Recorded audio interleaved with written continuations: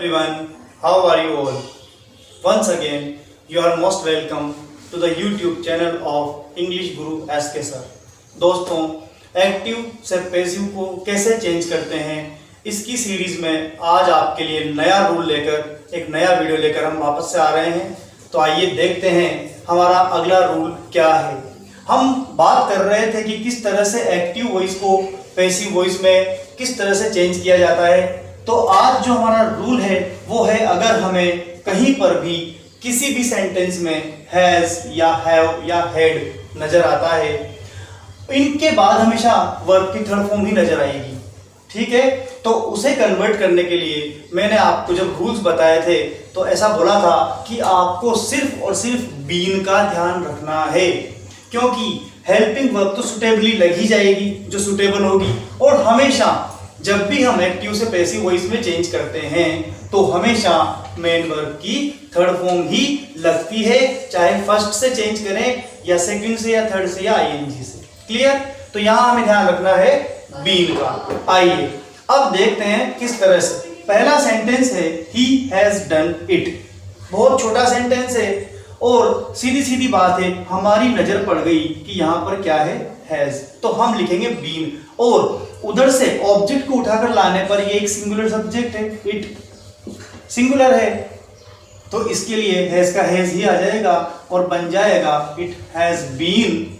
ठीक है, डन का डन रहेगा, थर्ड फॉर्म तो चेंज होनी नहीं है इसमें, it has been done by him. तो अब आप लोग समझ गए हैं कि कितनी आसानी से हम एक्टिव से पैसिव में चेंज करते हैं।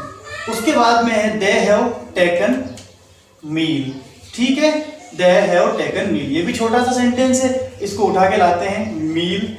अब क्योंकि मील मतलब भोजन यानी कि अनकाउंटेबल, तो यहां पर सिंगुलर मानते हुए हैज लगेगा ना कि हैव। और अकॉर्डिंग टू द रूल क्या लग जाएगा यहां पर, बीन, क्योंकि जैसे ही हम हैज और हैव को देखते हैं तो बीन का यूज करते हैं। Meal has been taken by them, taken by them.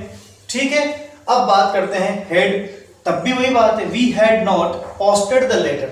ठीक है फ्रेंड्स, आपको पता है कि द लेटर ये तो है ऑब्जेक्ट, द लेटर। और जब हेड वाली जो सेंटेंस है तो हेड में कोई दूसरा ऑप्शन है ही नहीं। जैसे प्रेजेंट के अंदर हैज है, वो दो होते हैं, तो सुटेबल ढूंढना पड़ता है। पास्ट में सिर्फ हेड होता है और हेड का हेड ही रहेगा, लेटर सिंगुलर हो या प्लूरल हो, तो बन जाएगा the letter had been posted by us. उसके बाद में है Som has not eaten the grapes yet. ठीक है, तो अब यहां पर वही बात आ गई फिर से कि यह ऑब्जेक्ट नहीं है। सोम ने अभी तक नहीं खाया है, क्या नहीं खाया है, ग्रेप्स, अंगूर नहीं खाए हैं। तो ऑब्जेक्ट यहां पर क्या होगा, द ग्रेप्स, जिसे हम उठाकर लाएंगे। और जैसे ही यहां ग्रेप्स आएगा तो हैज की जगह हम क्या यूज करेंगे, हैव। अब बीन आना चाहिए, लेकिन नेगेटिव होने की वजह से पहले नॉट और फिर आएगा बीन, और इस तरह से बनेगा the grapes have not been eaten by Som. ठीक है दोस्तों, तो ये बहुत ही आसान थे। अब आपके सामने जो लास्ट सेंटेंस है आप उसे खुद बना सकते हैं। All the friends had watched our match. ठीक है, तो क्या बन जाएगा, our match had been watched by all the friends. तो ये तो था हैज हैव वाला रूल, और अब हम बढ़ते हैं अपने अगले रूल की तरफ। तो दोस्तों, हैज हैव और हैड के रूल को समझने के बाद जो हमारा अगला रूल है दोस्तों, वो है गोइंग टू V1। मतलब किसी सेंटेंस में अगर गोइंग टू और गोइंग टू के बाद मेन वर्ब की फर्स्ट फॉर्म दी हो तो उसका एक्टिव से पैसिव चेंज करने के लिए हम गोइंग टू बी और V3 का यूज करेंगे। क्लियर? अब हम एक एक करके एग्जांपल से देखते हैं। आपके सामने पहला एग्जांपल है, she is going to buy a new car today. इससे पहले बहुत छोटे सेंटेंस थे, अभी आपको सेंटेंस काफी बड़ा लग रहा होगा। ठीक है, लेकिन घबराने की कोई बात नहीं है। सबसे पहले हम देखते हैं कि यहाँ पर सब्जेक्ट क्या है, शी, ऑब्जेक्ट क्या है, कार। अब आप समझ गए होंगे कि टुडे ऑब्जेक्ट क्यों नहीं है। ठीक है, मैं आपको बता चुका हूं।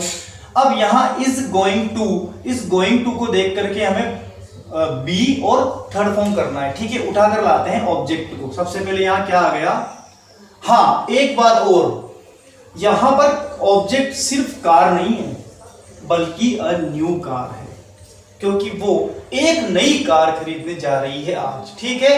तो a new car is going to, अगर इस सेंटेंस को यही छोड़ दिया जाए तो अर्थ का अनर्थ हो जाएगा, एक नई कार जा रही है। लेकिन क्योंकि ये पैसिव वॉइस में बनेगा तो यहां बी और थर्ड फॉर्म का यूज हो जाएगा इस तरह से, new car is going to be bought by her today. और इस तरह से ये मीनिंग देगा कि आज उसके द्वारा एक नई कार खरीदी जा रही है, खरीदने जा रही है। They are not going to kill that tiger right now. अब यहां पर ऑब्जेक्ट है that tigers, तो इसे हम स्टार्टिंग में लिखेंगे that tiger. Tiger is singular, तो यहां इज का यूज होगा ना कि आर का। That tiger is, अब नोट है, हमें ध्यान हर एक चीज पे देना है दोस्तों, क्योंकि यहां नेगेटिव है तो पहले नोट आएगा। That tiger is not going to be killed, ये लो going to be killed। अब क्या बचा, right now by them, clear। I am going to watch my favorite movie tonight, ठीक है। तो यहां ऑब्जेक्ट है my favorite movie। अगर कोई सिंपली इस मूवी को ऑब्जेक्ट मानता है तो दैट इज रॉन्ग, क्योंकि ऑब्जेक्ट जरूरी नहीं है कि एक सिंगल वर्ड हो, ऑब्जेक्ट दो या तीन या ज्यादा वर्ड से मिलकर भी बन सकता है। यहां पूरी बात माय फेवरेट मूवी है तो ऑब्जेक्ट भी वही माना जाएगा और इस तरह से बनेगा माय फेवरेट मूवी, ठीक है। अब आप कहेंगे यहां तो एम, लेकिन यहां तो इज आएगा, क्लियर, क्योंकि आई के साथ ही एम यूज होता है। My favourite movie is going to be watched, going to be watched tonight, by me नहीं आएगा, सिर्फ टुनाइट को यहां लिख देंगे। और लास्ट है Samarth is not going to open a new bank account tomorrow, तो यहां पर ऑब्जेक्ट है अ न्यू बैंक अकाउंट, जो कि स्टार्टिंग में आएगा। A new bank account is not going to be opened by Samarth tomorrow. तो आप लोगों ने देखा कि अलग अलग रूल्स के जो सेंटेंस होते हैं उन्हें अलग अलग तरीके से एक्टिव से पैसिव में चेंज किया जाता है। उम्मीद करता हूं कि अभी तक के सभी रूल्स आपको समझ में आ गए होंगे और वीडियोस भी पसंद आ रहे होंगे। तो दोस्तों इसी तरह से वीडियो को लाइक कमेंट शेयर करते रहिए और चैनल को सब्सक्राइब जरूर कीजिए।